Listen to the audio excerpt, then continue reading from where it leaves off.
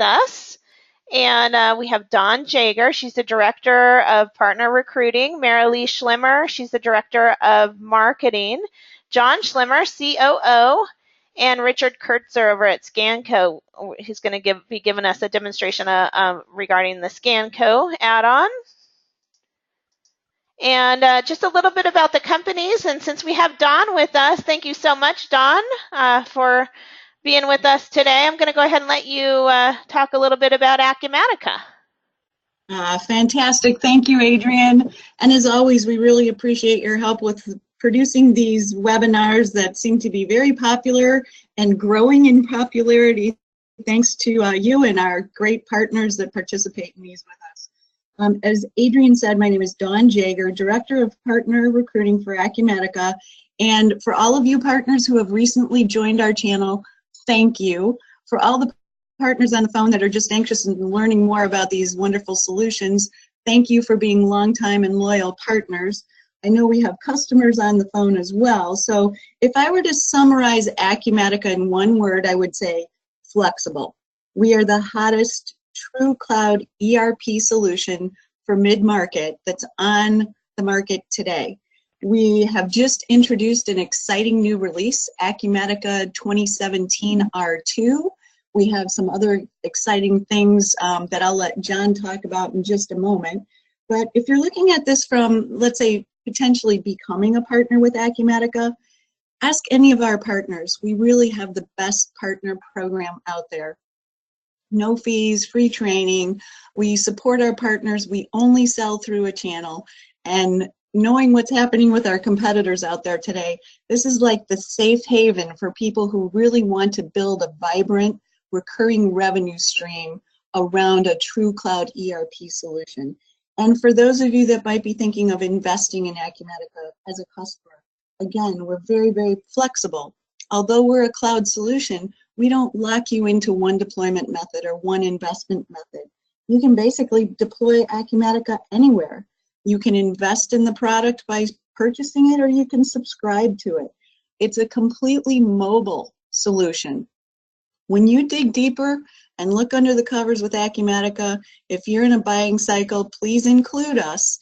And I think you'll find that we're the most viable solution out there. And to a large degree, it's also because of the ISVs and solution partners that work with us very, very closely to extend the functionality of Acumatica. So a great example today is Just Systems and also ScanCo. They're going to really be focusing on manufacturing aspects of Acumatica, showing the automated production scheduling. And with that, at the end, everybody's name and contact information will display so you can get in touch with us. Think about your questions and save them to the end if you would. But I'm torn. I'd love to dish this right now, but I'm going to not steal John's thunder, and I'm going to turn it over to him for our recent announcement. So you can talk about that, John, if you would. Okay. You want to give me control real quick, Adrian, or do you want me just to talk about this? I can give you control. If you could, that'd be great. There you are. Okay. So there are a couple of announcements that we've just recently made here. One of the things, if I can get this going, is about 2 weeks ago in Boston, we made an announcement in joint with Acumatica, which announces the Acumatica Manufacturing Edition. So this is something that, we've been working with Acumatica for 5 to 6 years now. Our companies have become very close. Their support centers in Columbus, Ohio, the same place we are, about 12 minutes away from us. Our engineering groups have been working together on different projects to complement one another. And we came to an agreement where we're going to OEM the JAMS product to Acumatica. It's nothing that we're going away. We're still heavily involved in the development of this and the support and the implementation of this. But basically what this encompasses is the bill of material, the production management, and the MRP modules, which is the core suite of our product within the bills of material. And I'm going to show some of this as well. This is really where, a lot of the bills of material, the engineering side is. You can do a lot of different things with this. We can handle outside processing. In the production side, I'll end up into the labor tracking, the material tracking, and those pieces, because that leads right into our partner Scanco from a data collection standpoint. The production is where the infinite scheduling is in the core suite. And then within the MRP piece is really where we do a lot of the planning, and I'll show a little bit about that. We also have some additional modules that, when you talk about estimating, this is more from a custom standpoint, and this is totally integrated within the CRM module within Acumatica, as well as the distribution and sales order module, to where you can see you can do things very simply, or you can do things very complex. You can use non-inventory items, so it doesn't have to be in your inventory before you win the business, and then we can auto-create those inventory items once you win the business.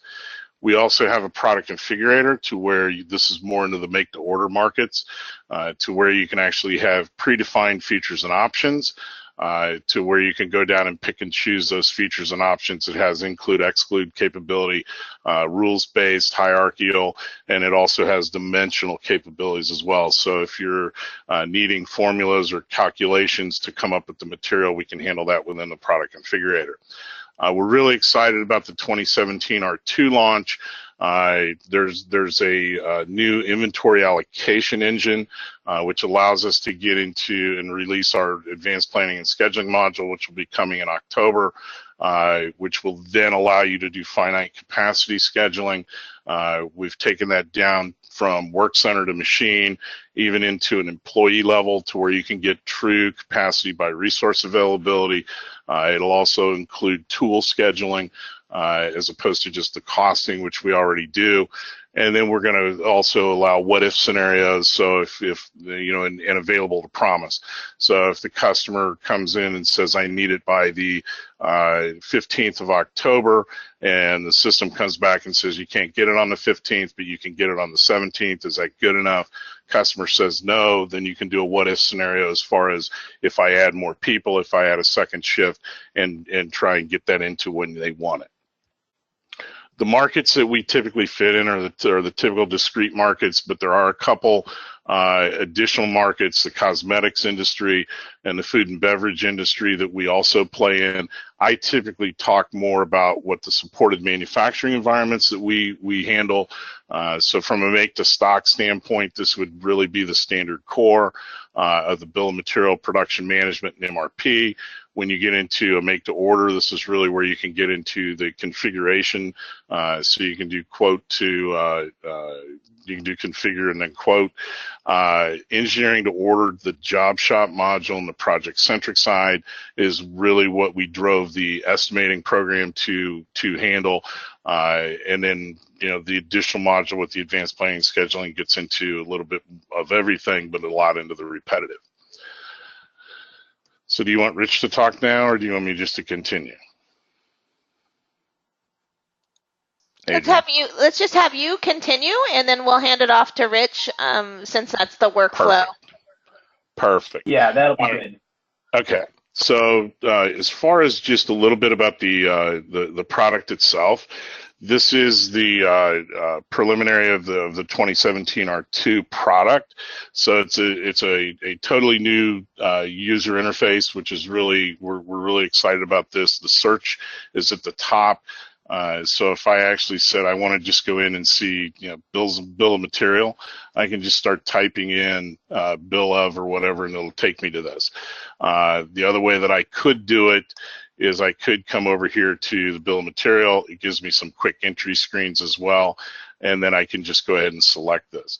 So the bill of material is really the heart of the system, and there's a couple things with this.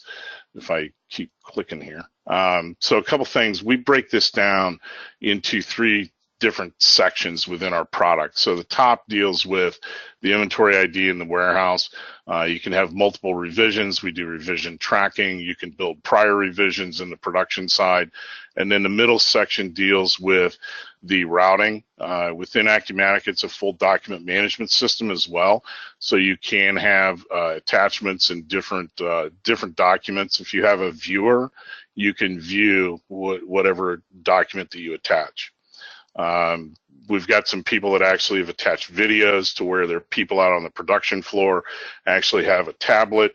They actually bring it up on the tablet and they can see on the video exactly how it is their product needs to be made. Each one of these operations, this is where you do the setup time and the runtime per unit, so this gets into the scheduling. You also have 4 different tabs below that deal with each individual operation. And within here, these are the materials that I need for this, what the quantity is. We handle multiple units of measure and unit of measure conversions. We can do both regular and phantoms.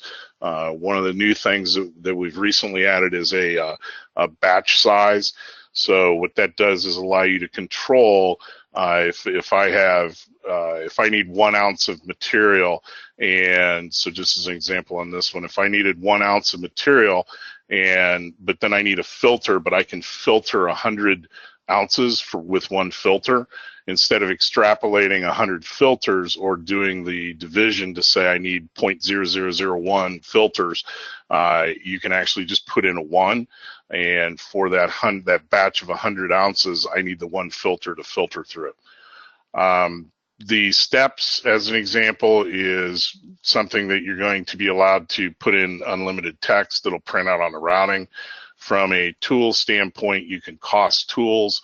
As I mentioned with the new module, we're going to be able to schedule these tools as well. And then from an overhead, you can fine tune your costs as closely as you want. We do both fixed and variable. We do variable by a variety of different ways. Now, all of this is really what I would call the engineering side. And there's a variety of different things you can do with this. You can copy. There's a lot of flexibility on the copy. We've added an attributes. So this gets into a lot of people are utilizing this for quality assurance. So you can actually make things required for that transaction. So when people are out on the shop floor, they actually are going through and they're recording their time, or they're doing a move transaction, but you want to take a measurement of some type, you can actually go ahead and force that measurement. You can validate it. So it gets into a lot of the quality assurance piece. As I mentioned, we do a lot of revisions as well. Now, from the MRP side, once you've gone through, and really what MRP is going to do is it's going to look at all the demand that's coming into your system from either forecasts or sales orders. It's going to take into account safety stock, reorder point. It'll look at lead time for both manufactured purchase items. It'll look at min-max quantities for manufactured purchase items, and lot quantities as far as both as well. And then it's going to look at all the demand, the supply coming in from existing purchase orders, existing production orders. It's going to run through its engine, and it's going to come back and say, these are the items you need to take action on. So from a purchasing standpoint, the purchasing people are going to be able to see on this particular date, this is when I need to take action. And then you can sort any of these columns within Acumatica by a variety of different ways. So if I just said I wanted to see this one forecast that I've set up, I can see that I need 100 of these Keurigs in my warehouse by the 30th of November. And in order to do that, I have to start building them on the 13th of November. But I also need this printed circuit board by the 13th because it's part of this particular end product. So it basically backwards schedules all the way back to where I need to take action on this other circuit board here. In order to buy 100 of these, I got to buy them on the 26th because I need to go ahead and get the lead time on this. It comes in on the 10th. So from here, there's a couple things. If you have multiple vendors, you can actually come in and change this to a different vendor for that product only if you have security to do so. And then all you need to do is come in here and say, I need to purchase this, and it'll bring in, I've got an option to change the vendor as well on here. Didn't click it, might help. So I got to click this. Let's try this again. There we go. Now we got our vendor, and then I can go ahead and create this, and it'll create a purchase order for purchasing to take action on. So it's purchase order 496. So I can actually come into purchasing and look at that purchase order. Where am I? There we go. Those are transactions. And so I can look at this purchase order. The list function is new within Acumatica as well, so you can come in and choose quickly. But you'll notice here's the pump that I just created that purchase order for. So now purchasing is in process. Now they're in control, and they go out and they purchase this in order to get it in on time. So I can go back to MRP again, another couple different ways. I can come in and just start typing, come in quickly to this, and I can set this up to where it automatically comes in this way.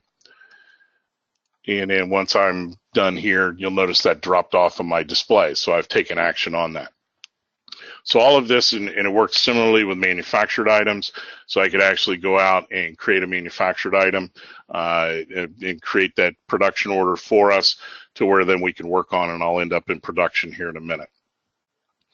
We did mention we have a little bit of estimating. Our estimating program allows you to do things that aren't in your inventory.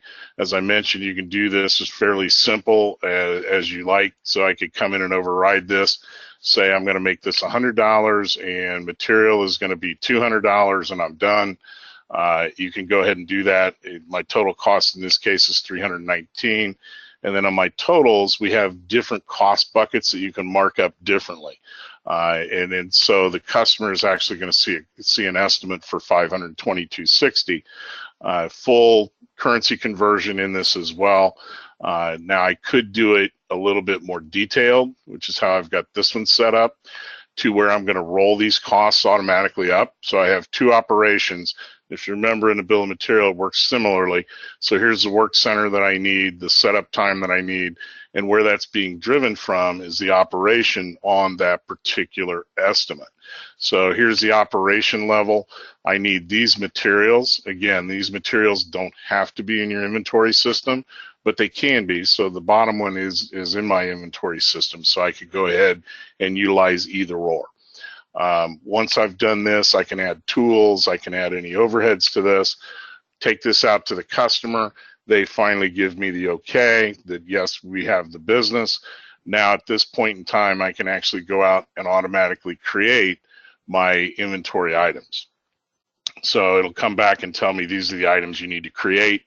I can go ahead and select these, process, and now they're in my inventory, which is where all the cost is going to be driven back to. The product configurator, it's basically just kind of the opposite to where you have pre-configured items.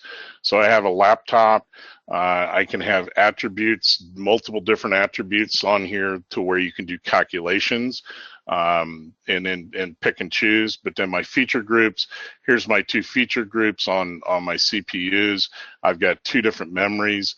I have three different disk types, and then my case is automatic. It's a supplemental item. Now, the key to this, though, as well, is you can have minimum and maximum selections. So if you had number of bays for your hard drives, you may be able to have up to 4. So you could have 1 through 4, and then you could basically specify minimum selection of 1, max of 4, and then anything outside of that range would reject. So you could have your options of 1, 2, 3, and 4. It also includes the rules as far as include and exclude capabilities as well. There's none of them set up on this particular item, but you could include and exclude based on a prior selection. Now, all of this is tied into Acumatica's customer order.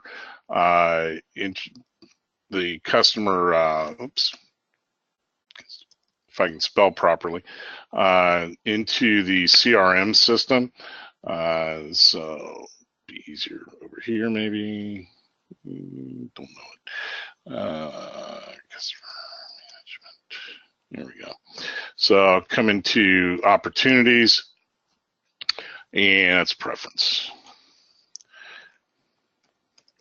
Still getting used to the user interface. Let's just type opportunities. Search is too intuitive for me. So within the opportunities, I have a couple options here to where I can actually come in and look at my opportunities. and have these be attached to an estimate or to a product configured order. So if I come in, you'll notice I have products here that could be a configured item, which this one happens to be, or I can have an estimate attached to this as well. So from a sales standpoint, you could have a salesperson see the estimate, have an engineer actually create the estimate, and then the salesperson goes out and wins the business. Or it's a configured item. We have people that have tablets with their salespeople out in the field. They can actually go out and create this in CRM. The customer approves it, and it's a simple process of creating the sales order. Now, once the sales order is created, then you have the capability to come into the sales order, and I've created 3 items on this particular sales order. So a couple reasons I did that. One is a configured item. So from here, and this works the same in the CRM system, I have the capability to come in and configure this and come through. And if you remember when we were looking at this laptop, I had my attribute was color, but now my options, I have the option to come in and select that it runs through its rules. I come in and select a different memory. I end up adding a 2 terabyte disk, and I'm done. And so now at this point in time, I have this particular, oh, I just blew my window away. I have this particular item now into inventory. Get the right one, come back into this. And so now it's in my sales order. It's specific to that particular item. So now I can create a production order directly from this that only has those options on it. You'll notice that I've created a production order directly from the first item. This is more into the make to order side to where this gets directly tied in. It's a simple process of coming in and selecting the production orders. All I did was check the selected box and hit create, and it gives me the next available production order. And at that point in time, or I can have MRP plan it, which is what I've done on the second one. So I'm going to allow MRP to plan this particular item as opposed to creating a direct production order. So I can come in and create anywhere that you see the hyperlinks. I can come in and look at that. So this is a production order that I created. You'll notice the references are tied back directly to that particular customer, the sales order, and that line number. So I'll go into production real quick, and then I'll be about ready to pass it over to Rich. But from a production order maintenance, this is one that we just looked at. So here's the base unit. The references were tied back to this. This one came in from a bill of material. You do have the ability to create an estimate and copy that estimate bill of material directly to production. So if you get into a couple scenarios where you're just doing a one-off and you're never going to have it again, you can create that estimate to the production order. Or we have a lot of people that do depot maintenance to where they do an estimate on what it is they're going to repair, and then they track that within the production side. You have the ability as well to have multiple order types. There's really 2 functions that you're going to have. You're going to have a planning function and a regular function, but you can actually set up different order types for different purposes. I mentioned you can also build prior revisions. So if I wanted the customer called up and said, you built this for me 2 years ago, now I need the exact same thing. I don't care that you've revved it out. I need the exact same thing, so I can build that if need be. On event history, we track anything that happens to this production order. So the key points here are really the date and the timestamp and who it was created by. So within this quick demo, it's going to be kind of boring because it's all going to be created by admin, but this is based on the person's login. You can have the attributes, as I mentioned, and if you have security, you could add those to this specific production order that wouldn't impact the engineering bill. And then from a total standpoint, it gives me the total labor time that I need. It gives me labor buckets, machines, just different bucketed by cost, and my unit cost is going to be $43.61. Now, there's a couple other things from a shortage standpoint. there's a function called critical material. You'll notice I don't have anything that's short, but if I show all items, if I was short a specific item, it would display right away. And then I have the capability to come in here, and depending on what the replenishment source is, I can say I want to purchase this. And so it'll bring in my preferred vendor, which if I have security, I can change. And then once I create this, this will create, this is not MRP, so the difference between this one and MRP is this is a one-to-one relationship with that particular production order. So if I actually come in and look at my purchase order again, and look at the latest one that I just ordered, this is the one that I created directly from the production order. You'll notice that this is directly tied to this production order now. And when I go out, now it's normal purchasing. I go out and I purchase this, I bring it back in. Once I enter the receipt, it'll go directly to that production order. So we have a lot of people that are doing subcontracting, and so they order a specific service or a specific component that's done by an outside contractor, and then they can actually go ahead and link this directly to the production order. So if I go back to my production order, the other thing is once I brought this in, it copied in the bill of material that we were working on. So this is how this particular production order is going to run. If you backflush labor, it's going to take the standard cost off of the work center. If I don't backflush labor, then I'm going to do a labor transaction. And then same thing as if I backflush components, or if I leave it blank, I'm going to issue. So I would probably, me personally, I would probably do it this way. And so I made one change. The next time I bring this in, it's going to bring it in the opposite way of what I just had. So it doesn't impact the engineering bill of material. So in this particular case, once I do this, let me hit the right one first. Once I do this, I have actions up here to release. So once this order is released, now I can do a financial transaction. So I can do a labor transaction, a move transaction, issue material, and it will change based on what you have. So since I was issuing that one material, I'm going to go ahead and issue it. And it's a very simple process of, going ahead and issuing this. It'll bring it in. If you have a lot or serial number, you're able to put that in. This is one of the transaction screens that Scanco has extended their solution in to, where you can scan the production order number, you scan the operation, you scan the inventory ID, quantity, and then if you need, you can scan the lot and serial number. And then once I'm done with that, I'm going to release this just to show the cost record, but you can set up automation to where this does this automatically. So if I come back to my production order, you'll notice now I'm in process. So once I do a financial transaction, we'll change the status to in process, but we've tracked this. So I did it to release. Here's the material move that I did. So we're going to track that, and now I've added $15 to my material.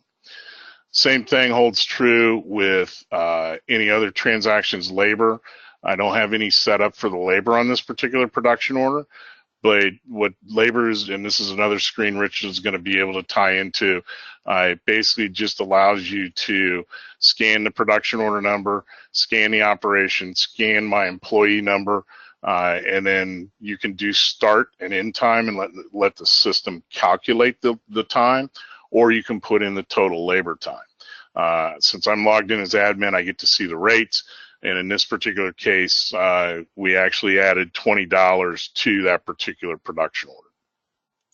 Since I have this set up to backflush, all I'm going to do is a simple move transaction.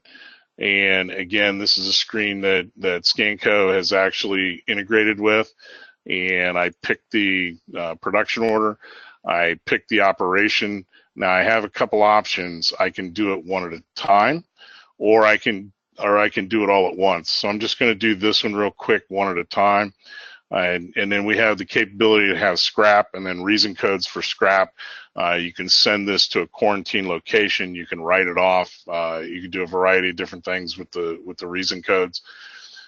Once I've actually done this and moved this particular production from operation 10 to operation 20, it updates the production order in this particular case from my events. So you'll notice that I've got a couple different transactions that I created by this move.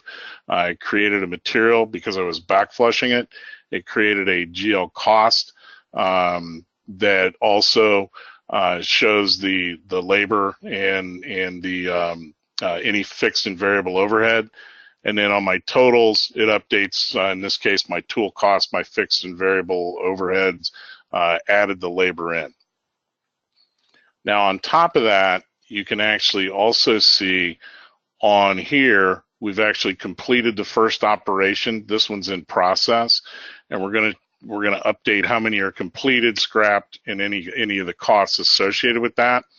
And then here's my scrap action that I have capabilities of. So I'm going to complete this, and then I'm going to turn it over to Rich. So I'll give Rich a heads up.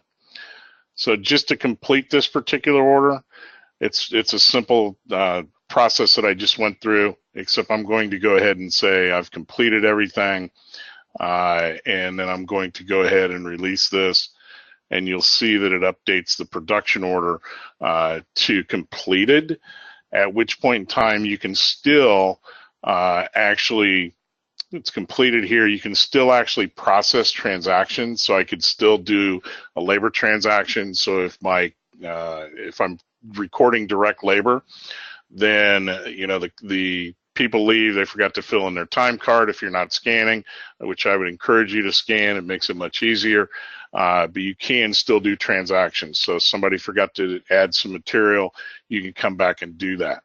There's a function called close production orders that at that point in time, you're going to need, our recommendation is that accounting handles this particular function. Once you do the close, then any transactions you're going to do are going to be done through journal entries. So you'll notice my totals here now, which I hit right on the money.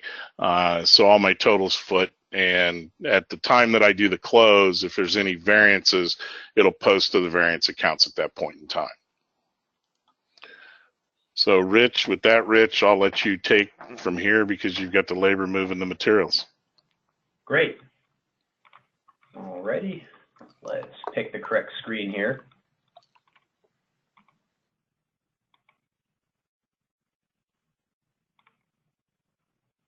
And turn on the webcam. All right, can you see both my screen and the webcam? Yes, we can. Okay, good. Technology experiment is a success so far. Hi, everybody. My name is Richard Kurtzer. I'm the Acumatica practice lead over here at Scanco. And this is really the perfect time to do a demo both on manufacturing and on warehouse because we're coming right off of that new release of 2017 R2. And we just had John give a wonderful demo of all the screens within the system. So I'm just going to concentrate on how it looks in the real world, but a little bit, when you walk into the shop floor.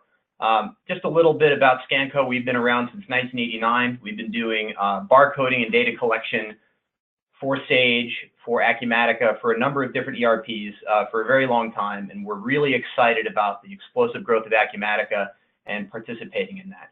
So these are our two main solutions for that. We have warehouse management, basically covers all your core functions in the warehouse, receiving, transfers, order fulfillment, physical counts.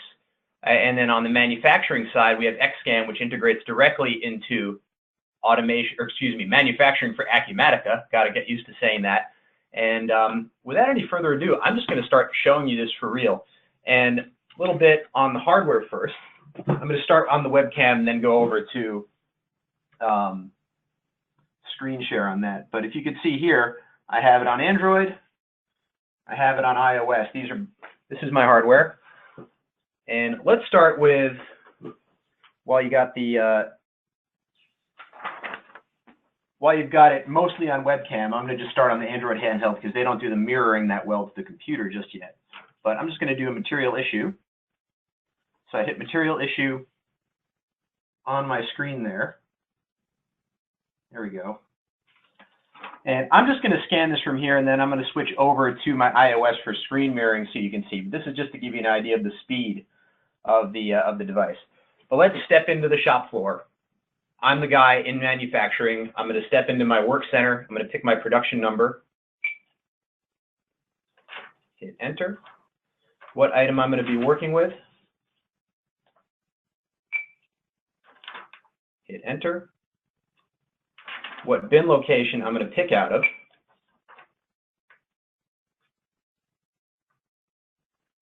And I'm going to search for a bin.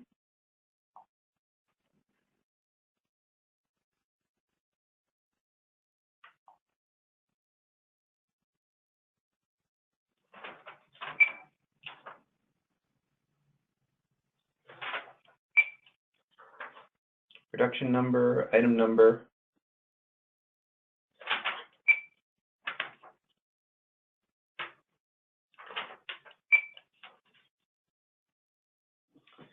Okay, so to show you where I'm at so far, I've got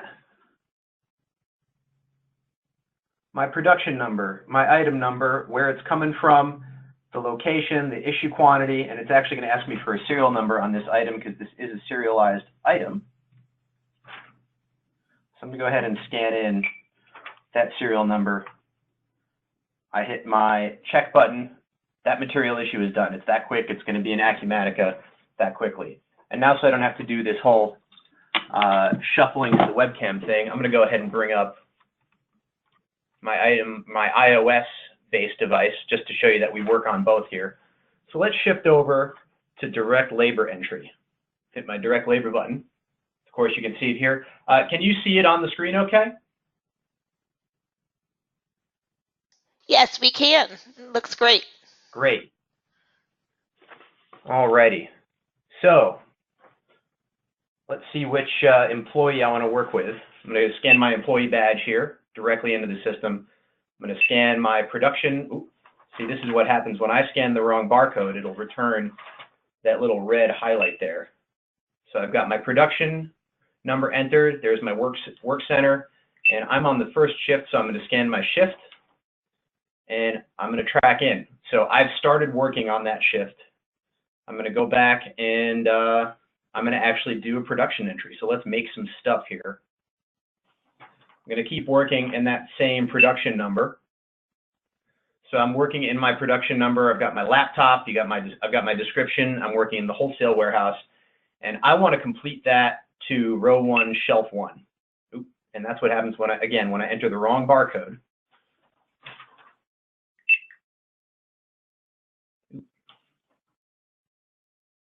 Try that one more time here.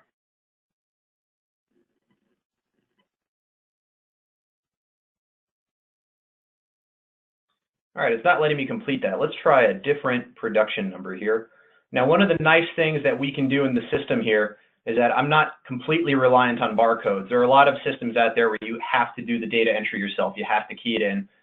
With the way that we work with Acumatica, we can actually do a lookup of all the different production numbers that are in the system. So let's shift over to number 5 over here. Find our bin. All right, we'll have to come back to that one. But basically, when you do the production entry, it'll move it right into the system, and it'll get it right in. You'll be able to see the transaction happen live in Acumatica. Now, one of the great things about this system is the way that it ties into Acumatica. We work with you on a concurrent user basis. So if you have, say, 5 people running around in a manufacturing facility, but you're running, say, 3 different shifts, you have 15 people total, everybody can have their own login. Everybody can log in on the fleet of handhelds, and then all that activity gets tied back to the individual user.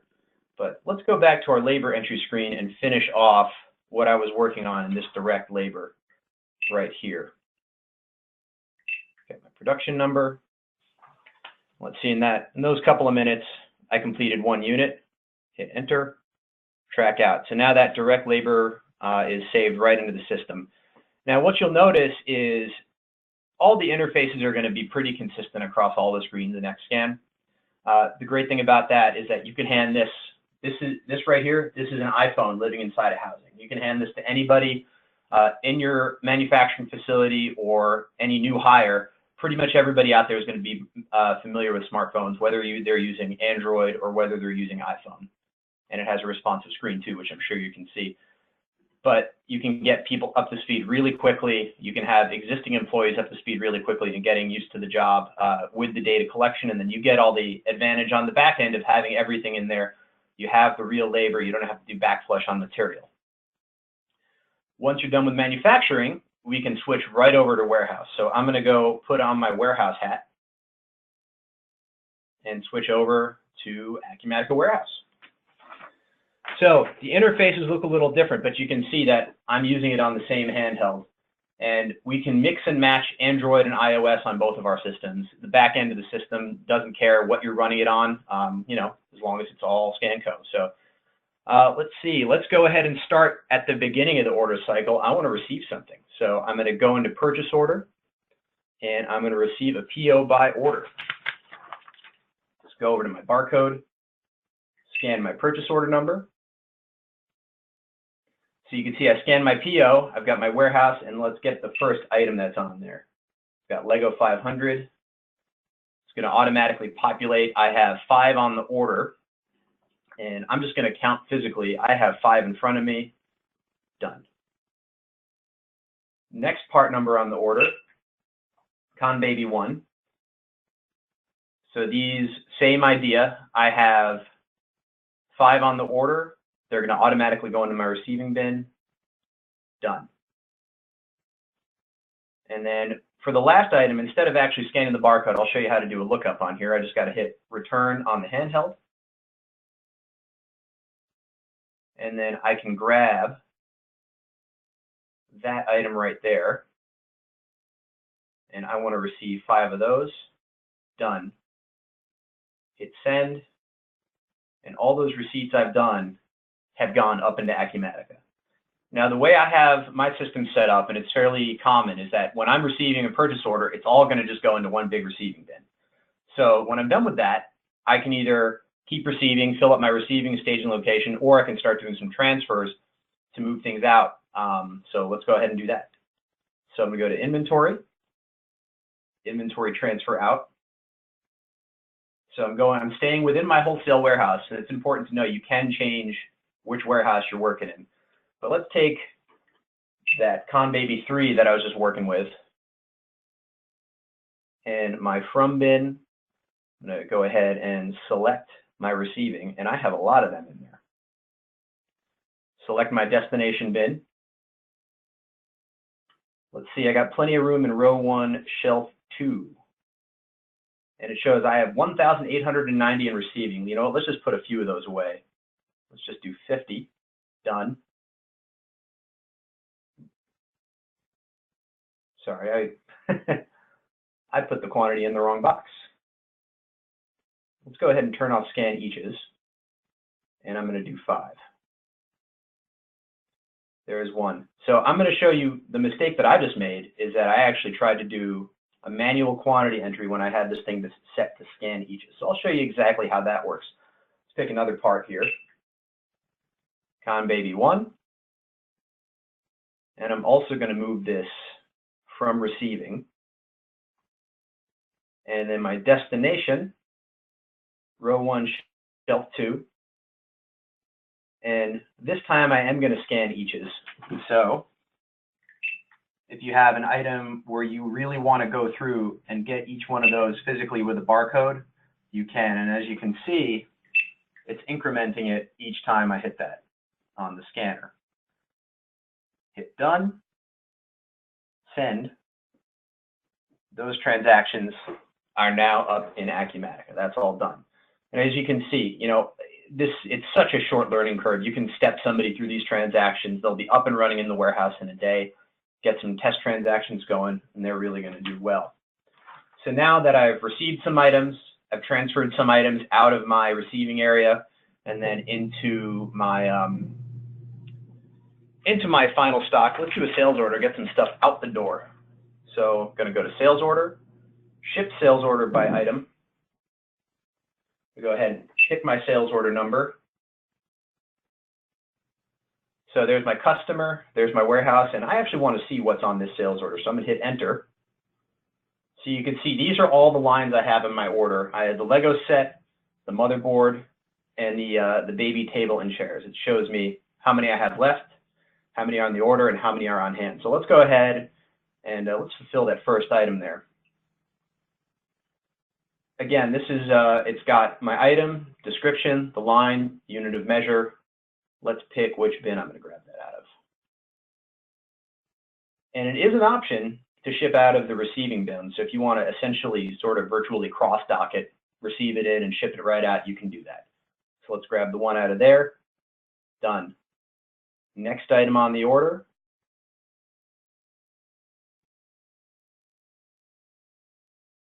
Pick my source bin. Done. And then last but not least, pick that on there. You can see both here. Pick my receiving bin, or pick my source bin. Hit 2 and done. And then just hit send. That all goes up to Acumatica. Those transactions are complete. I mean, and it really, if you say to yourself, that's it, I kind of said to myself the same thing when I started at ScanCo and they showed me the transactions, how it works, how it goes into the system. It really is that simple to use. You can hand this off to anybody that you'd hire in your warehouse, as long as they're familiar with using a smartphone, which pretty much everybody is these days. They're going to have a short learning curve for getting up to speed on this. That's really the functional side of the demo. I'll show you a little bit of the back end now. One of the nice things that we do is that we go into Acumatica through our own portal. And you can see this all right, correct? Yes, we can see it. Great. All right, just waiting for that to log in. So no matter how many devices you have on our system, it all goes into Acumatica through a single login, and then all of the ScanCo stuff gets managed through this portal that you see here. So I have a number of devices on here. This is all of my demo stuff.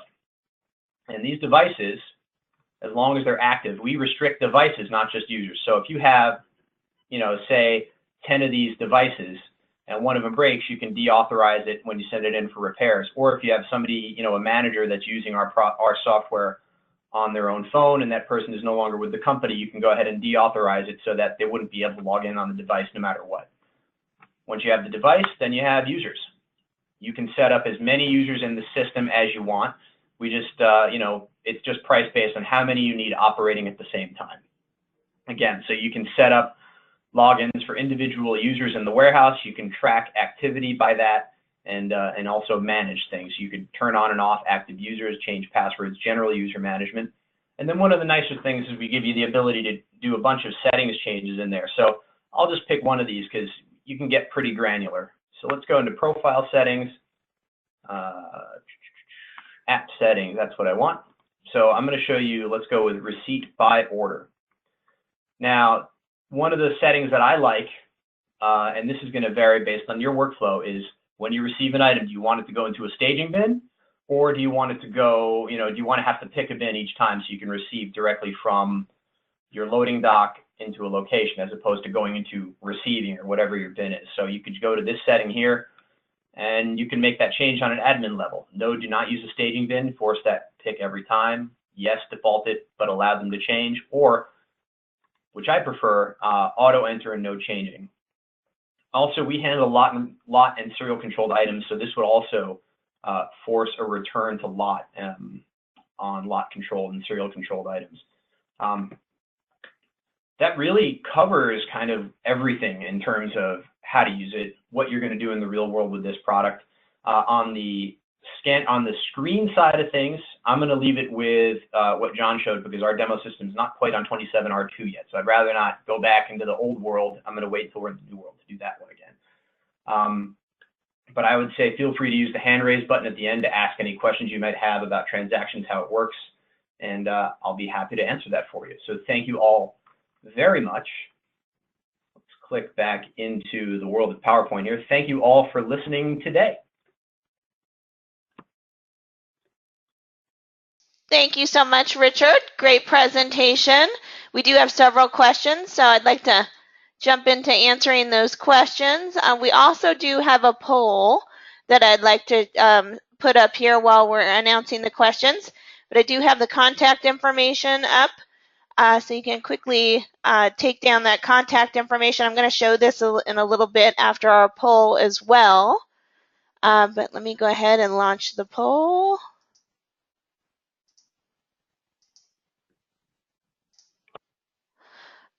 All right. The poll should be up. Are you interested in learning more? Click all that apply. So if you're interested in the Acumatica Partner Program, or the JAMS Automated Production Scheduling, or ScanCo, we'd love to hear from you. So thank you so much for answering that. And we have several questions. And this one is for you, John. Can the attached documents print automatically with the traveler? Yeah, you can set that up to do that. It's just a configuration setting in order to do that, but yes, you can. And then we have another question from Chuck. Thank you so much, Chuck, for the question. Can I rerun a configuration once the configured item is on a sales order and the customer calls back and makes a change? If so, will it remember my prior responses and just change the relevant option? Yeah, so if you go in and you've done the configuration once and it's on the sales order, and then the customer calls back in, when you click the configure button, it already has your choices up there.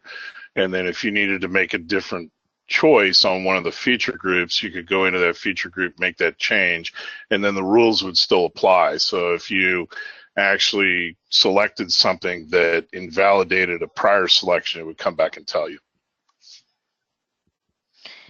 And we're looking into replacing our ERP system. If we were to go to Acumatica and add your production scheduling and the ScanCo solution, what would the average cost be for 20 users on the system? Is that for me or for Dawn? I think maybe Dawn, and then John, you can collaborate. Chime in. So we were talking about average cost per user. So that's a difficult one for us to answer, and I'll say why.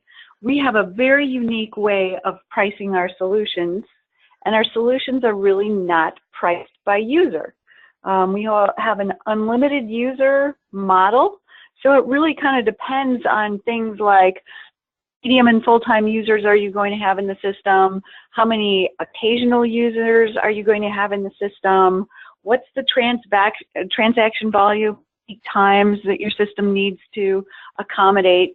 So I think what we should probably do is maybe take that one kind of offline, and we can find out what the particular circumstances are so we can give you a better idea. But John, if you have anything to add to that, please feel free to do so. Yeah, I mean, just to kind of pile on to what you were saying, I mean, we have customers that have, 10 users on their entire Acumatica system. So it's financials, distribution, the manufacturing. They've also got a ScanCo associated with that. And then we've also got people that for all intents and purposes, paid the same price because it's unlimited users that are running, 25 users. So, you don't get penalized for adding additional users. So it's not something that down the road you say, hey, I really need 5 users and now I got to pay extra. One of the beauties with Acumatica is they want people to get involved. So you're not limited to saying, well, I only want to spend 10 users, but I really need 20 people because I want my salespeople more involved. I need more people on the production side. With Acumatica, you can do that for no additional cost. And Don, this one? Similar on the ScanCo side. It's going to really depend on how many you need for manufacturing versus warehouse. And then we really want to just quote that out individually, and that'll give you a good place to start from when you're scoping out. And Dawn, how does somebody become an Acumatica partner, and what are the costs involved? Great question. So to become an Acumatica partner, especially if you're located in North America, you're talking to the right person. I'm the Director of Partner Recruiting. I'd be happy to help you. So good news is for partners that join our program, there is no fee to join the program. There's no annual fee to maintain your partnership status. We believe in fully training and enabling our partners, and that's also online in the partner portal free of charge. We have a 100% channel model, so we don't sell anything direct, and we would never be competing with you in a deal. So with those things in mind, people typically find that it's a very partner-friendly program, very, very tight relationship with our partners. So I'd be happy to talk with you more about that at your earliest convenience and give you more details. But again, no cost. We kind of put our money where our mouth is and truly treat it as a true partnership. And Dawn, oh, go ahead. Oh, wait, I guess I didn't fully answer the question too. So in order to qualify for partnership, the steps that we would ask a partner to do is to complete an online partner profile and then give us insights as to what marketing that you would do, what you'd like your sales goals to be, and how quickly you can get your people trained up on Acumatica. Those are really the things that we're looking for to make sure we have alignment before we move forward as partners. And just this question is just for me, Dawn. I'm just curious, if somebody were to want to purchase Acumatica, JAM, Scanco, maybe another third-party solution, are there financing options available? Actually, we have a couple different financing options. I mean, first and foremost, and I can say this with the Acumatica product and the manufacturing edition specifically, there are investment options right from Acumatica. So somebody could purchase a solution and own it and pay annual maintenance, or you have the option to subscribe to the software, truly as a software as a service type of situation. And then also, since we can be deployed pretty much anywhere, you can subscribe to the software and deploy it in a cloud other than ours. So it gives you complete flexibility that way. And for companies that want to, let's say, finance both the subscription or investment in Scanco and Acumatica and the manufacturing edition, and perhaps even bundle services with that, we do have a couple options so that that can be accomplished. So the answer is yes. So perfect. I'm not seeing any more questions, but we do have 39% of the audience that has voted, and I'm wondering if we might be able to push that number up a little bit. If we could get that to increase, that would be awesome. And Richard, would you like to offer any closing remarks? Sure. From a partnership perspective, we're pretty easy to work with. Once you're an Acumatica partner, the door is open on the Scanco side of things. We figure that is qualification enough once you're up and running with Acumatica. Same with our reseller / partner pricing and end user pricing. All that stuff's pretty straightforward. We like to keep the value proposition strong on that. So if anybody has a question or prospect coming up, or they want to see a demo that's tailored for a specific project, feel free to reach out to me and we can make those arrangements. And then I have a question from Toon. Toon, thank you so much for your question. Roadmap of Scanco? So is there a roadmap? It looks like Toon might be asking about a roadmap of your solution. Richard, is that available? That's not something that we discuss publicly. Sorry. Okay. And then, John, would you like to offer any closing remarks? The longer answer is we will continue to add features as projects demand them and as the product evolves. Perfect. And then, John, would you like to offer any closing remarks? Sure. I think a couple things, with our new partnership, as Don's mentioned, I've mentioned, we are getting much closer within Acumatica. I mean, the Acumatica Manufacturing Edition, from a partner standpoint, I guess was one of the original questions. If you're a partner with Acumatica, then you automatically have access to the Acumatica Manufacturing Edition.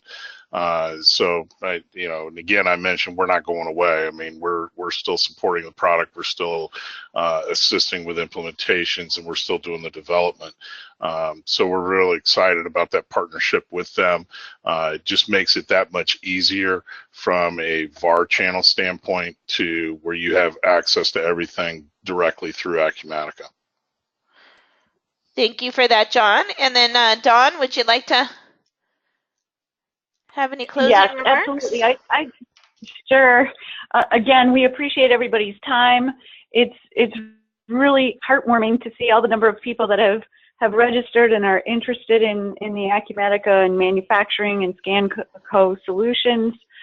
We really are very interested in engaging with anybody that's interested in becoming a partner, or anybody that's interested as a customer in learning more about these solutions. Please do give us the opportunity to work with you. And I know if you have that, yeah, there we go, Adrian. Thank you for putting that contact information screen up. Feel free to contact us directly. We welcome any further inquiries. Would be happy to answer questions, and hopefully stay tuned for other great webinars like this. We do sponsor these monthly, so usually with a different topic each time. So hopefully you've gotten a lot out of this, and we're very, very excited to have the manufacturing addition to Acumatica that you've now seen, and the ScanCo product as well. So with that, I guess we'll give everybody back their day, and appreciate the time, and thank you. Stay tuned for more coming soon.